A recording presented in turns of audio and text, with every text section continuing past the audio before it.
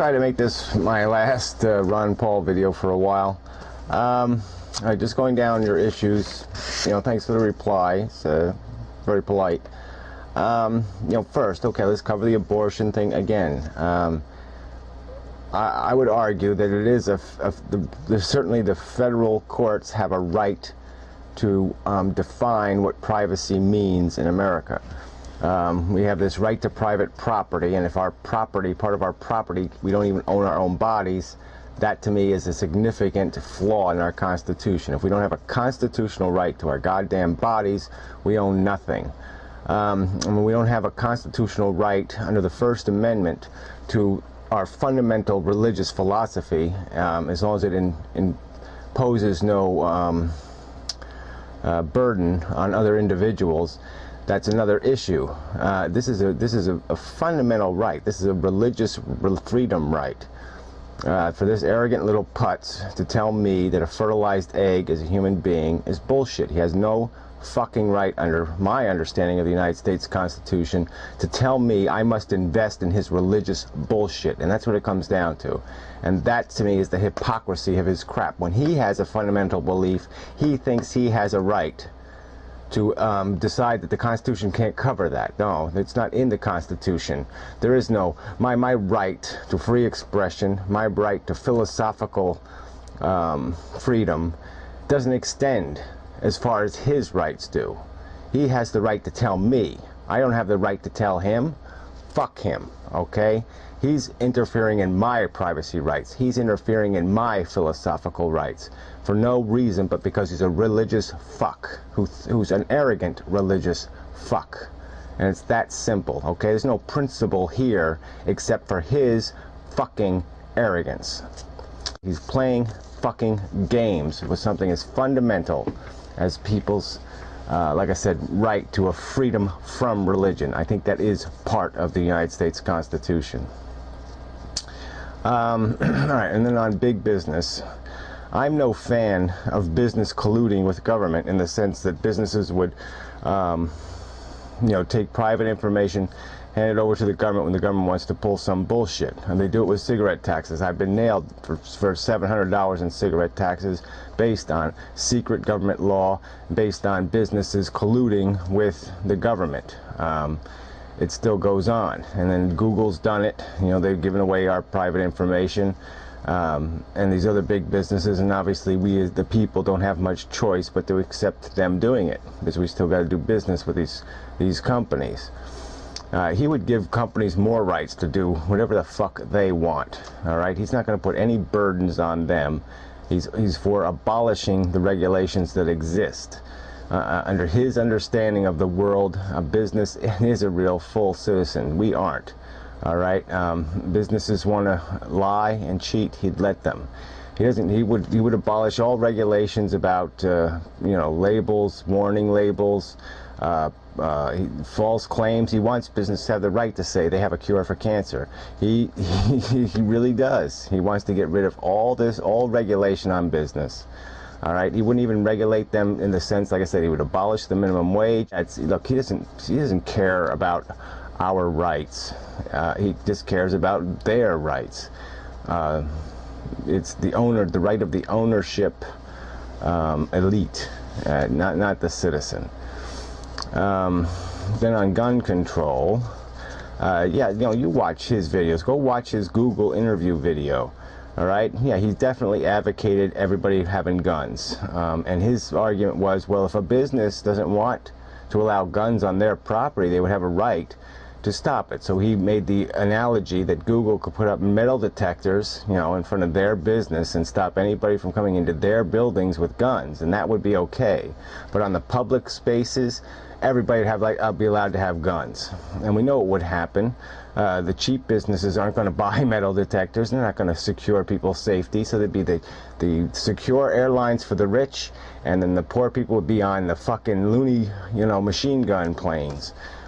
Same way on every other, subways are public conveniences, so everybody on a fucking subway could have any kind of goddamn armaments they want on the fucking subway.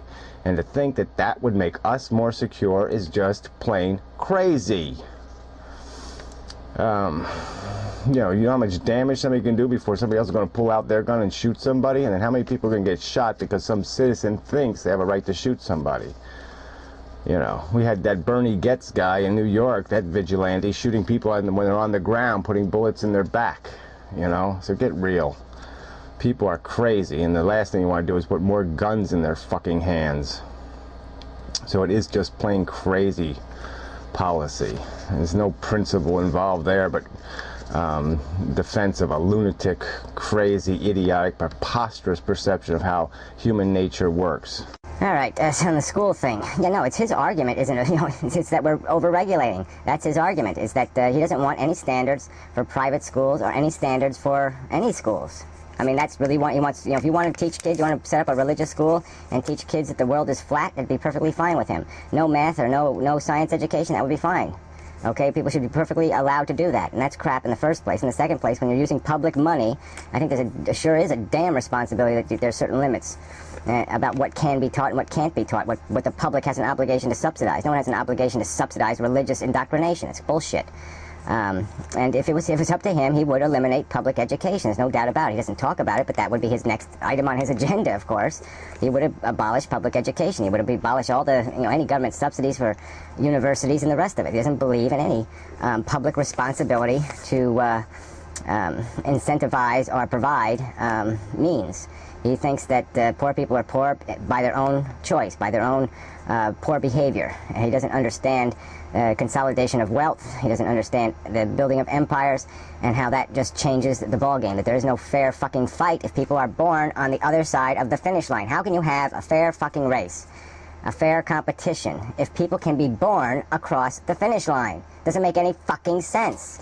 But that's the world he believes in. How do you compete with that? How does somebody compete? How does a regular person compete in the business world when they first have to work 30 years to acquire some money to invest in a business? And then it's, their liability is 100%.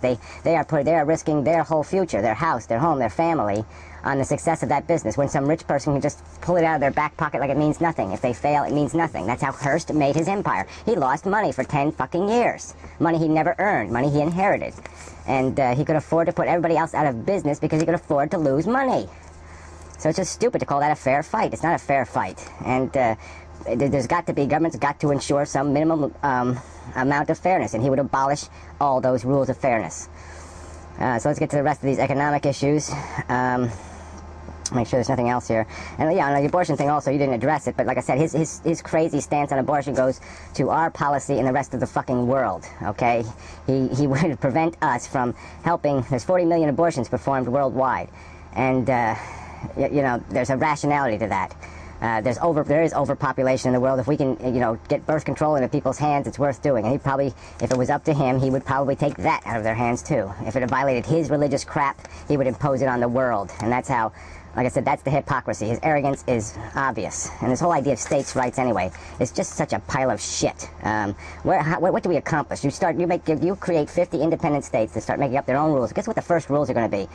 Look, we don't like these goddamn black people in our fucking state, so let's discourage their existence here. Let's put up poll taxes. Let's put in, let's discourage the poor altogether. Let's make life as miserable as possible for the poor, so all the goddamn poor people get the fuck out of our state and move to one of those other jackass states. That's what happens when you start giving states rights to play these fucking games, okay? Because all they're going to do is start trying to, get all the great people in their state and get rid of all their shitty people. They'll start giving free bus rides out of town, all right? And it's bullshit to think that we become a stronger nation that way. We become weaker if we start going down that road. We just become the Balkans, we become some other group of little chaotic assholes, manipulating each other for our own advantages. And it's just segregate us. It just create hostility. You might as well just open the gates to civil war if we start going backwards. You start giving women fundamental rights in one state and no rights in another state. That is fucking bullshit. All right, then okay, income taxes. Oh fuck. All right, we'll have to speed this up. Look, the statistics were published right in the comments. All right, the bottom 50% pay 3% of income taxes. The top 5% of income earners pay 60%. So if there's $1 trillion collected in income taxes, $600 million of that comes from the top 5%, because that's where all the fucking money is. So it is a progressive tax. I would make it even more progressive, and most people below the median income don't pay any tax, because most of them do have some deduction or they get an earned income tax credit. All right, so it's just bullshit to argue with me that fucking the income tax has any relevance to the average income earner, because it fucking doesn't. And like I said, he would abolish the inheritance tax altogether. There's $4 million. You can inherit $4 million, no tax at all, as it is. And why anybody would abolish that minimum? You get $4 million free. What's the big deal? We start taxing it after that. I mean, to get rid of that, another progressive tax that'll do something to nip away at the consolidation of wealth. And we already have this huge problem where we have all this consolidation of wealth, and Ron Paul would just make that fucking problem worse. It's obvious.